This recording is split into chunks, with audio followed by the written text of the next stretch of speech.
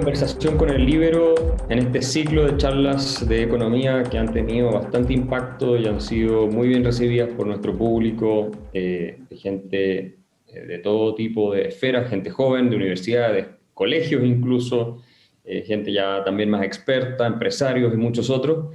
Y esta vez nos acompaña Sebastián Claro, que es un muy reconocido economista acá en nuestro país y también fuera de Chile. Es doctor en economía por la Universidad de California, Los Ángeles, es economista de la Universidad Católica, ha sido consejero del Banco Central y es un gran experto, si no uno de los principales expertos en América Latina en lo que es China, que por lo demás se vuelve cada día más relevante para el mundo completo, no solo para Chile y los países emergentes. Así que, Sebastián, muchas gracias por aceptar esta conversación con el Líbero para orientarnos un poco respecto a lo que está pasando en Chile y el mundo en asuntos económicos. Muchas gracias, Axel, por la invitación y al Líbero también.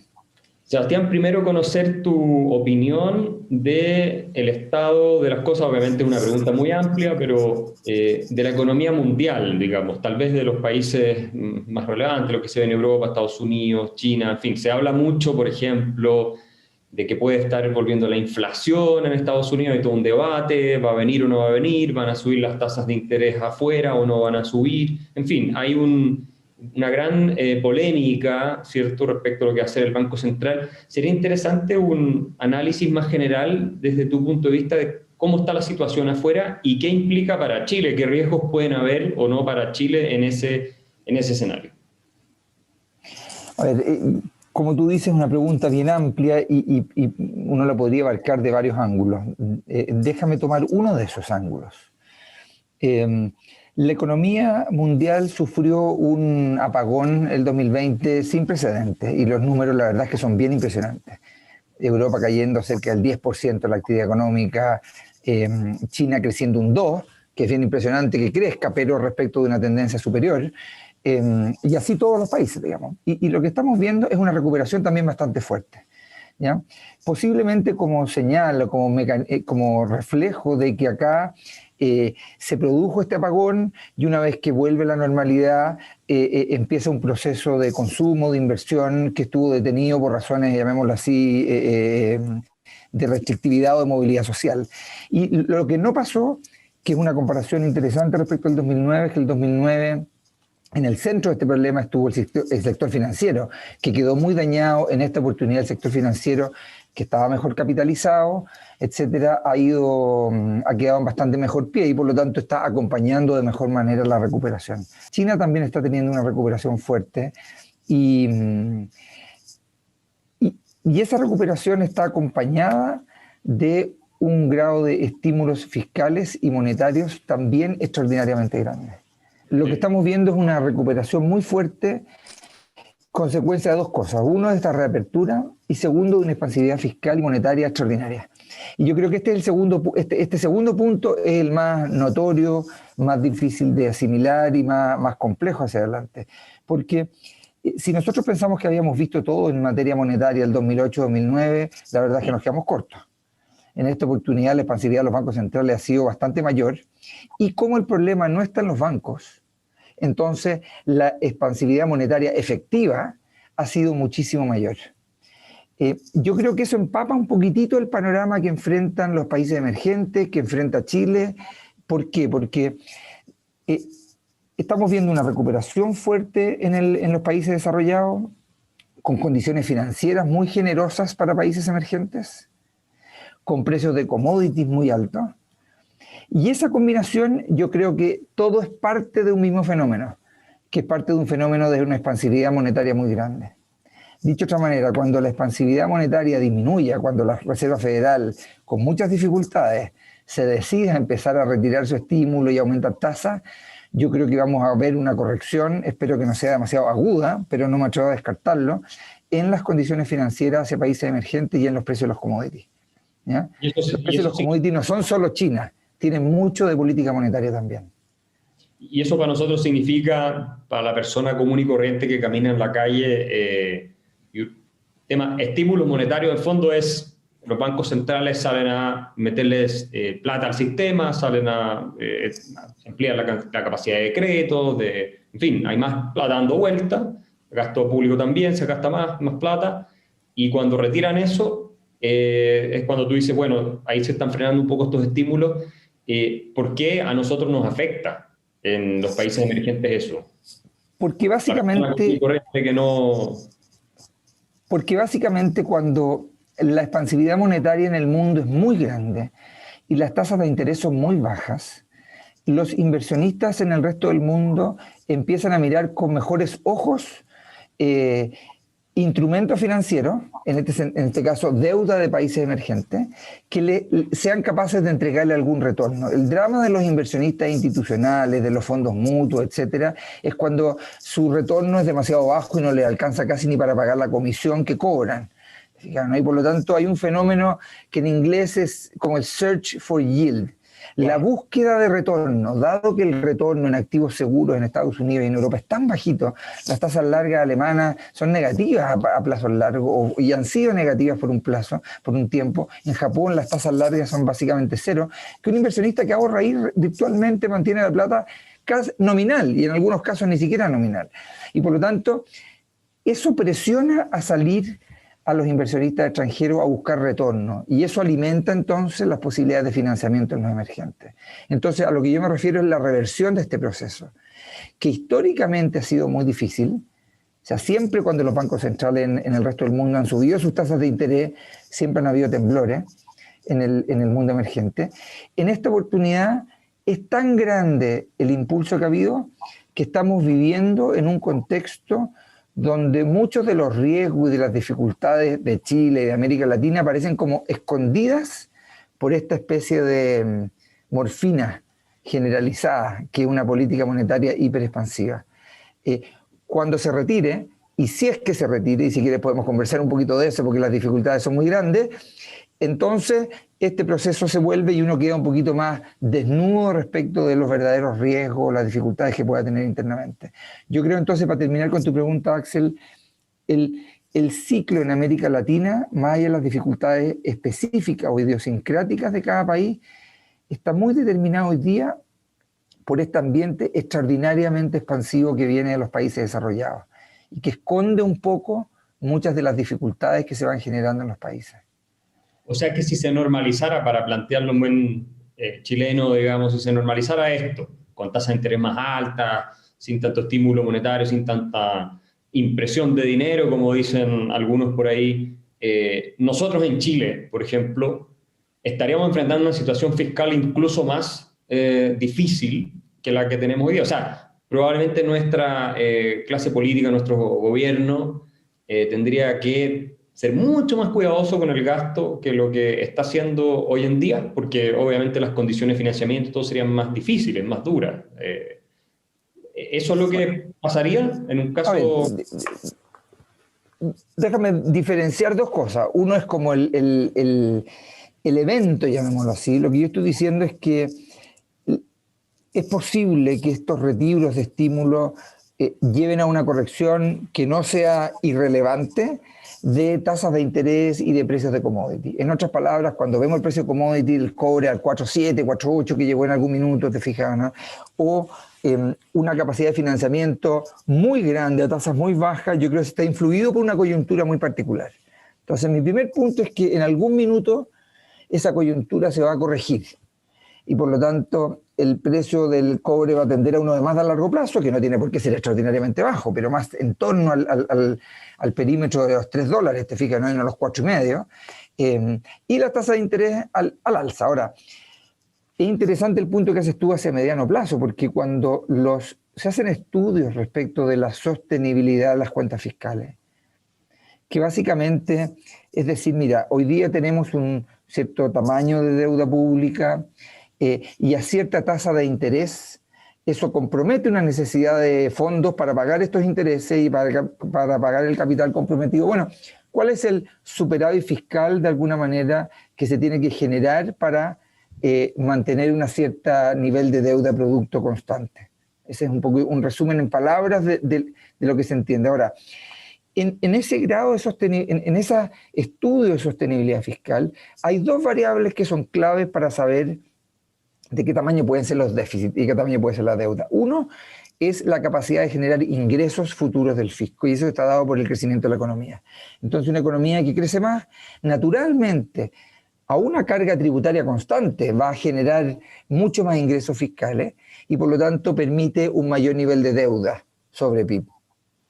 Y segundo, la tasa de interés. Entonces, si nosotros hiciéramos estos cálculos con tasas de interés extraordinariamente bajos, llegamos a que los niveles de deuda sostenible en un país como Chile son relativamente altos. Podemos discutir qué significa alto, ¿ya? Pero si pensamos que hoy día las tasas de interés están artificialmente bajas por este fenómeno monetario y en verdad los cálculos los tenemos que hacer con tasas de interés más de mediano plazo, o sea, que son un poco más altas, entonces se restringe más un problema de cuál es el tamaño de deuda sostenible. ¿Y cómo estamos nosotros en Chile de acuerdo a un análisis del tipo que tú estás haciendo en un escenario en que suben de manera importante las tasas de interés con el ritmo de gasto que nosotros estamos teniendo? Planteémonos el escenario de un temblor, como tú hablabas, que cuando los bancos centrales afuera empiezan a cambiar la dirección de la política monetaria, hay temblor en los países emergentes. ¿Puede llegar a convertirse en un terremoto en nuestro caso?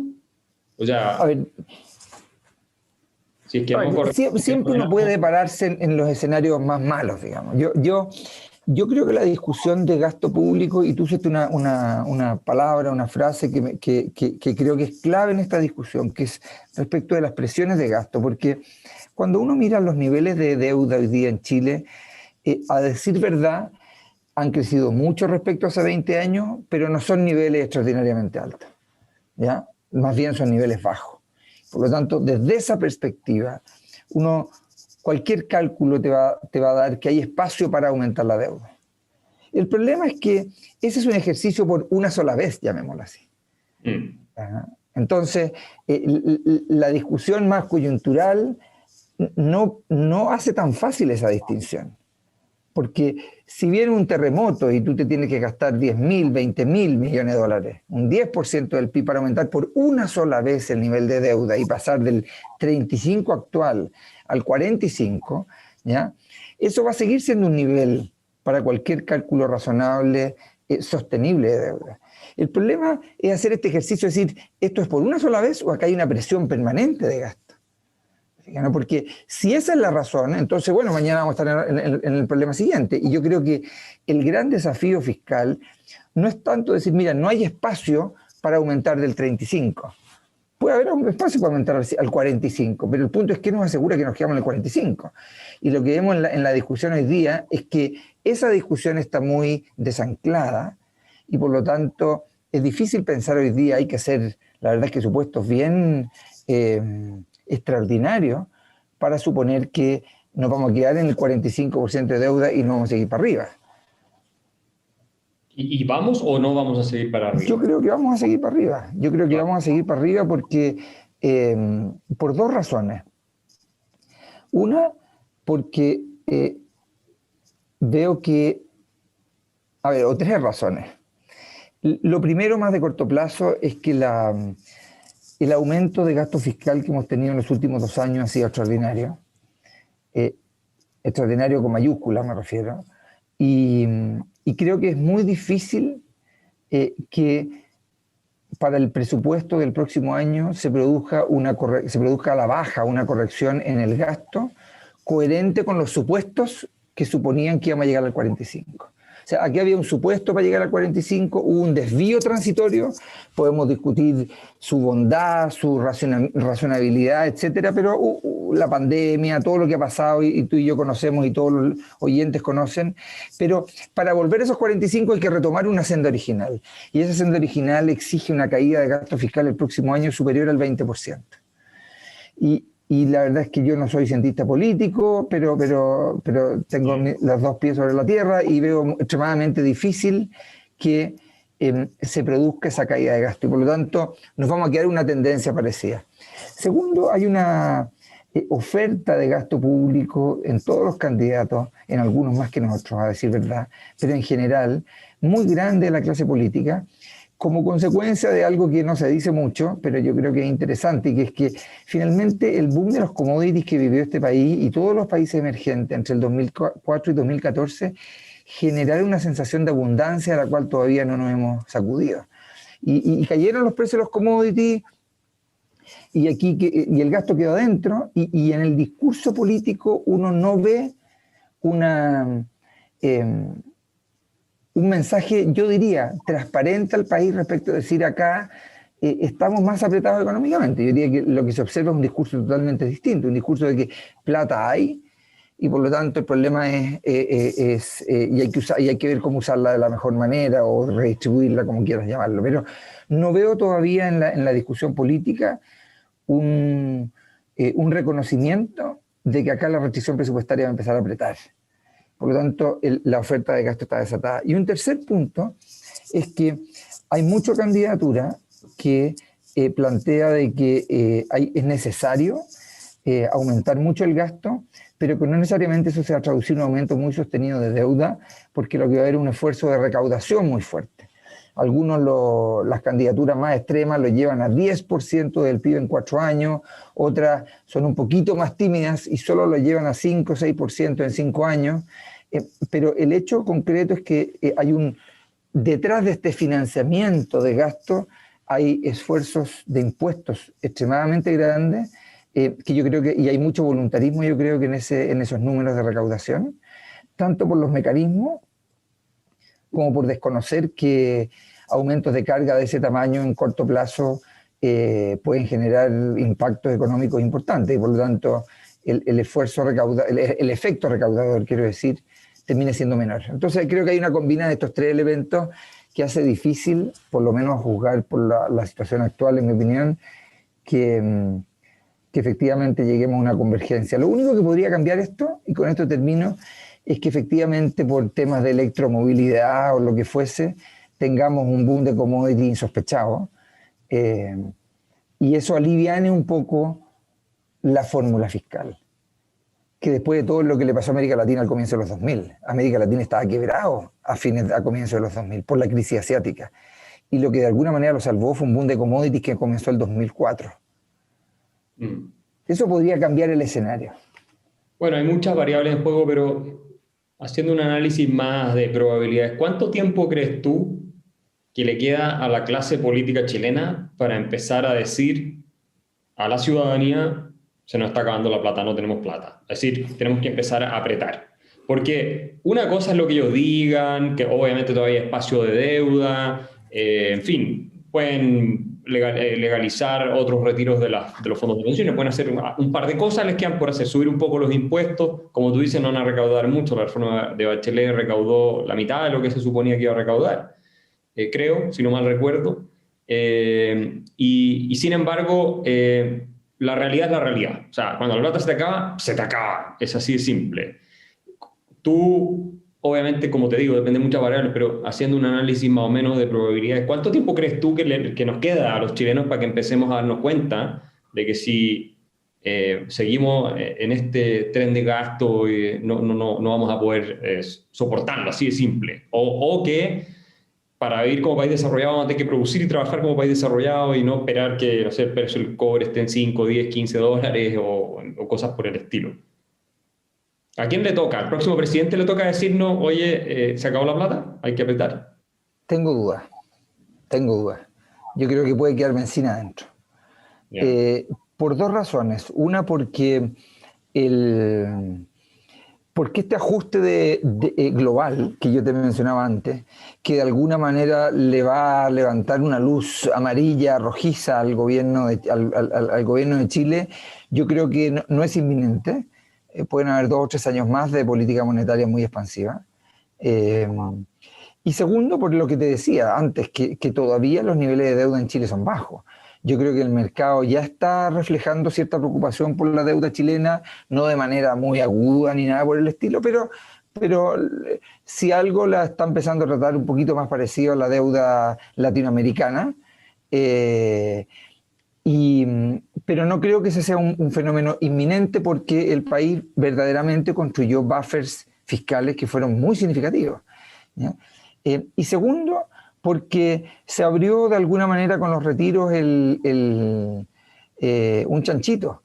Y aunque tenga costos gigantescos, la cantidad de recursos ahorrados ahí es muy grande. Entonces, creo que tanto por el lado fiscal las restricciones no son inminentes, y este otro mecanismo de los retiros permiten financiar una cantidad de consumo impresionante. Es cosa de ver lo que está pasando de alguna manera.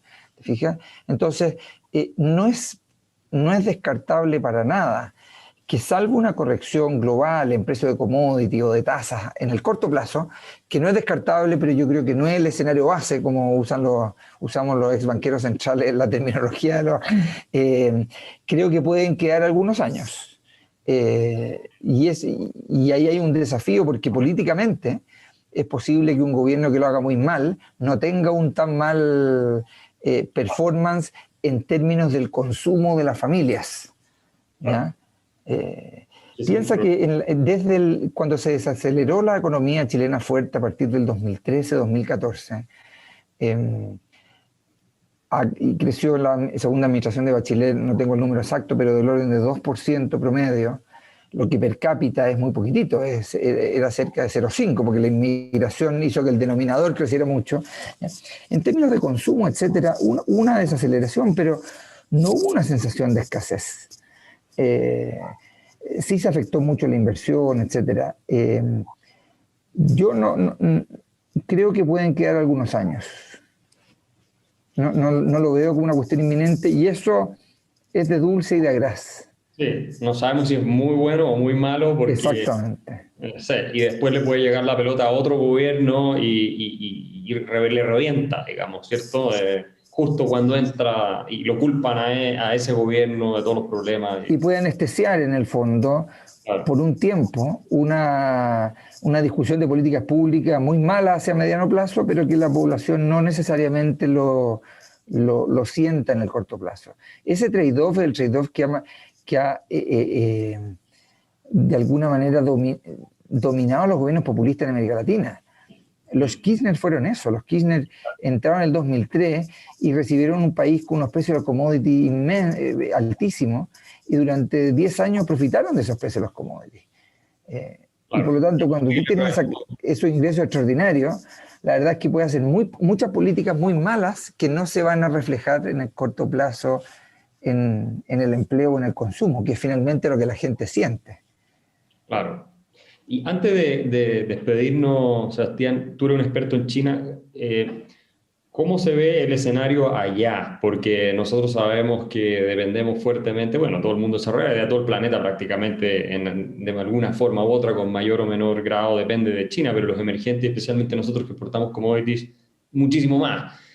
Hace mucho se discute que China podría entrar en una gran crisis, que no, que sí. O sea, yo lo vengo leyendo hace muchos años eso, y parece que no llega. ¿Es un factor para estar preocupados eso? Y otra pregunta relacionada, ¿a ti te produce algún inconveniente o alguna inquietud la discusión que hay desde el punto de vista de las inversiones chinas en Chile? Aunque es una pregunta más que económica, tal vez, de la influencia geopolítica, pero creo que no se pueden separar tan tajantemente. Entonces, esas dos cosas, ¿cómo ves la cosa económica china, la salud de la economía china por un lado, y por otro lado las inversiones específicamente en Chile?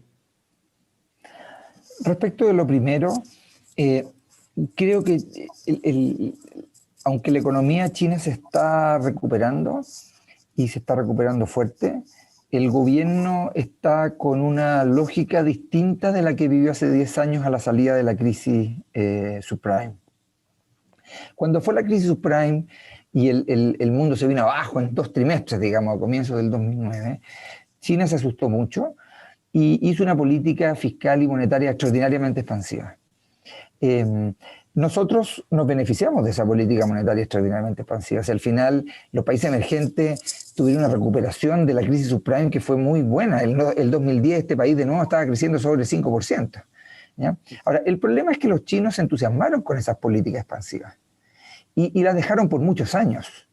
¿Ya? Y eso generó un desequilibrio, un nivel de endeudamiento muy grande, que ellos han tratado de corregir y les ha costado, porque bueno, cuando tú tienes las empresas endeudadas, etcétera, no es llegar y tirar la cadena, ¿te fijas, no? Ahora, yo creo que la lección de esa experiencia ha llevado, por lo menos en mi interpretación, a que el gobierno hoy día esté mucho más cauteloso respecto de reconocer que tienen que salir de la crisis, van a mantener expansividad hasta que, uno, COVID esté medianamente superado, no sabemos lo que significa eso, y segundo, que el resto del mundo esté en un track de crecimiento razonable, de tal manera de que estén todos de alguna manera beneficiándose mutuamente, pero no están en una onda hiperexpansiva como la que vivieron después de la crisis. Por lo tanto, primera respuesta a tu pregunta, yo creo que China apenas pueda, y ya lo está haciendo de alguna manera, va a retirar estímulos.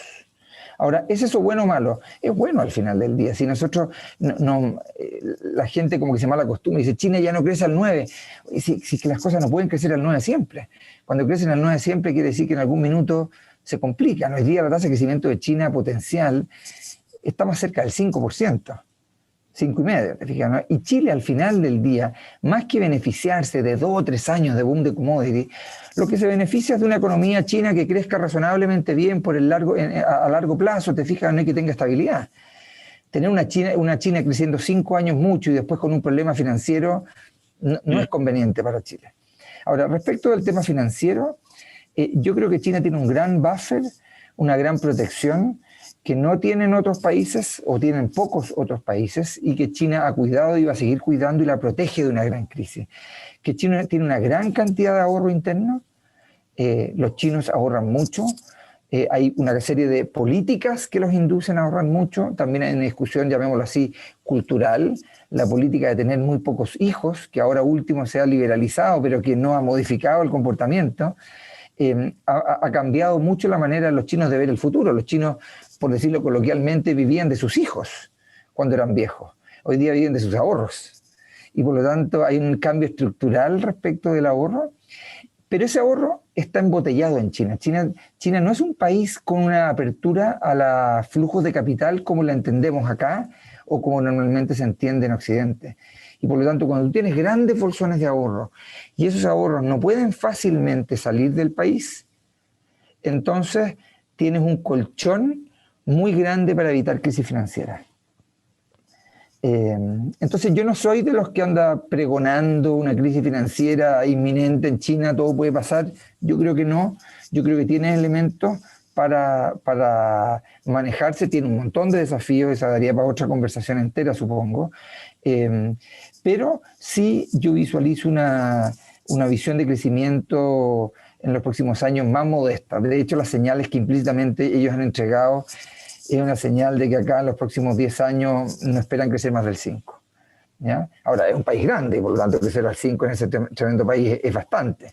Pero creo que hay que resetear el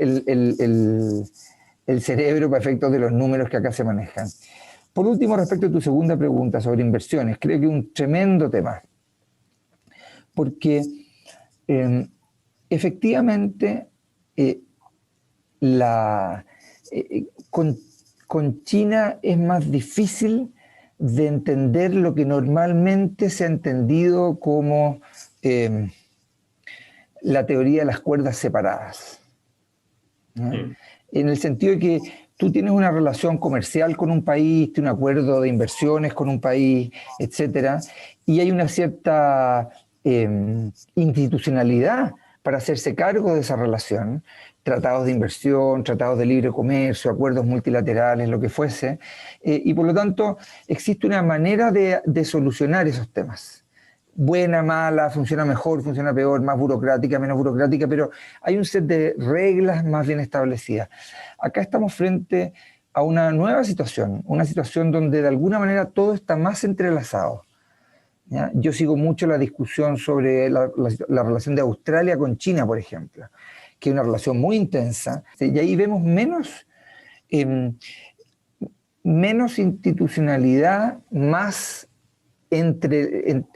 interrelación entre los problemas. Y por lo tanto creo que es necesario para un país como Chile ser muy cuidadoso en un sentido siguiente. acá uno puede generar un problema grande por hacer o por no hacer, por dejar hacer o por no dejar hacer. Creo que la única manera para Chile de enfrentarse bien a esta nueva realidad es ser súper claro respecto de cuál es la institucionalidad que rige la inversión extranjera en distintos sectores en Chile. Que el regulador sectorial sea celoso respecto de mantener su independencia del regulado, que no haya captura. Esa captura se puede producir por inversiones extranjeras o por inversiones chilenas también, ¿ya?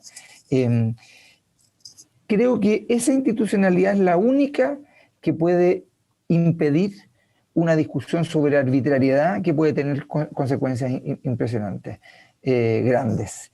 Ahora, sí hay una pregunta pendiente sobre Chile, y con esto termino, Axel, que hay otros países que han establecido una institucionalidad para definir inversiones o para restringir ex ante inversiones en llamados sectores estratégicos, ¿ya? Chile tiene muy poquito de eso. Y por lo tanto, de repente saltan estas preguntas que estamos discutiendo. ¿Te fijas, no? De la inversión en el sector sanitario de China. Pero lo que no puede ser es que nuestra institucionalidad diga, no, tú aquí no. ¿Por qué? Porque así se nos ocurre. Esto tiene que ser fruto, de alguna manera, de una regla general. Sin una regla general, este es un problema insoluble para Chile. No digo que con una regla sea fácil el problema. Estoy diciendo que sin una regla clara, general, ex ante, entonces va a ser muy difícil hacer frente a este problema. Y vamos a tener que trabajar de desarrollarlas. Porque... Yo creo. Y otros países la tienen, esas reglas siempre son complejas, hay unos comités, no digo con eso, no lo estoy mirando peyorativamente, sino que de técnicos que dicen, mira, en estos sectores vamos a hacer alguna exigencia especial. Yo en principio no me gusta mucho esa lógica, pero sí veo que muchos países la aplican para hacer frente a esta nueva realidad que no la teníamos frente hace 15, 20, 30 años, ¿te fijas, no? Y yo digo, si estamos de acuerdo en que acá hay un desafío y no podemos ser inocentes respecto de la implicancia que significa estos flujos de inversión china tan grandes en ciertos sectores, entonces, bueno, hagámonos cargo, pero hagámonos cargo bien. Creemos una institucionalidad que establezca reglas claras, parejas, de tal manera de poder basarnos en eso a la hora de establecer ciertas restricciones si es que se quieren establecer. Creo que lo peor es politizar esta cuestión y no tener una institucionalidad clara, porque la institucionalidad arbitraria siempre es fuente de corrupción, siempre es fuente de captura, es un problemazo. Una última pregunta, Sebastián, que no puedo dejar de hacerte. A propósito de institucionalidad, y tú fuiste parte del Banco Central, se está discutiendo en estos tiempos la nueva Constitución, donde obviamente sabemos que el Banco Central está regulado ahí. Algunas de las voces hablan de que el Banco Central tendría que tener también el mandato del empleo, por ejemplo. ¿Cuál es tu visión a grandes rasgos de ese tema? ¿Debería tener el Banco Central ese mandato dual como lo tiene la FED en Estados Unidos, por ejemplo? ¿Y cómo regularías tú, o cuáles son los aspectos esenciales que te parecen a ti de la regulación que deberán estar sí o sí en la nueva Constitución? Los más importantes, no todos, porque obviamente es un tema que va para largo. Tú has escrito al respecto también. A ver, yo creo que hay poco entendimiento respecto de esto de los mandatos duales, porque es cierto que en otros países el mandato del Banco Central, que no necesariamente está escrito en la Constitución, de hecho en la mayoría de los países que uno califica como referentes, los nórdicos, Nueva Zelanda, Australia, etcétera, Canadá, por no nombrar a las grandes portaaviones del mundo, básicamente son constituciones muy antiguas, no lo tienen ahí, pero lo que establecen sus equivalentes a leyes orgánicas, en algunos casos son mandatos amplios. Australia, por ejemplo, tiene cuidar el bienestar de la población, una cosa impresionante, pero al final del día, en el caso de Australia, por ejemplo, se traduce en un acuerdo concreto entre el Banco Central y el gobierno y el Parlamento, que dice, mira, la Constitución establece este mandato general, pero aterricémoslo. Y eso significa que el Banco Central tiene que tener una meta de inflación de tanto por ciento promedio en el tiempo. O sea, en la práctica, lo que hacen los bancos centrales es muy parecido, independiente de lo que diga este objetivo en principio. Y el Banco Central de Chile, en ese sentido, con su regla actual, tiene una preocupación idéntica por el empleo de lo que tiene la FED, que sí lo tiene. ¿Ya? ¿Por qué? Porque la preocupación por inflación no es ciega. O sea, si sube la inflación porque subieron el petróleo, el Banco Central de Chile nunca ha llegado y subido las tasas de interés para que el próximo mes la inflación vuelva a 3, porque eso es extremadamente recesivo y es subóptimo. ¿Ya? Lo que no puede hacerse el leso en el mediano plazo, porque la inflación se va quedando adentro. Entonces, yo creo que es importante dejarle en claro a la población, a los lectores, a los oyentes de este programa, que en la práctica hoy día el Banco Central tiene una preocupación en su objetivo de inflación al mirar hacia mediano plazo y no instantáneamente por el empleo tal cual lo hace el Banco Central Europeo, la Reserva Federal, los bancos centrales de los otros países referentes. Es un primer punto. Ahora, ¿cuáles son los temas? Y yo creo que clave. Uno es reconocer una autonomía, pero no todas las autonomías son iguales. O sea, acá es fácil declararse por cierta autonomía, pero en la práctica ponerle ciertas trabas a la autonomía. Yo creo que los elementos claves de la autonomía es establecer primero en la Constitución que este es un organismo técnico. Segundo, que aunque se establezcan estos objetivos duales, lo relevante, porque es el instrumento que finalmente tiene el Banco Central en sus manos, es un instrumento relacionado con el control de la inflación. ¿Ya? En el corto plazo, los bancos centrales tienen cierta capacidad de actuar sobre la actividad económica, pero eso no es permanente. La actividad económica se juega en la productividad, en la educación, en la inversión, y el Banco Central no tiene instrumentos para eso.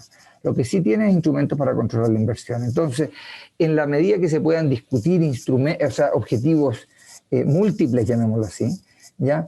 Creo que tiene que quedar claro que en caso de haber tensión en esos instrumentos, en esos objetivos, debe primar un objetivo de inflación, porque finalmente lo que el Banco Central puede controlar. Y un segundo o tercer punto relacionado es que creo que dice relación con la remoción de los consejeros, ¿ya? Porque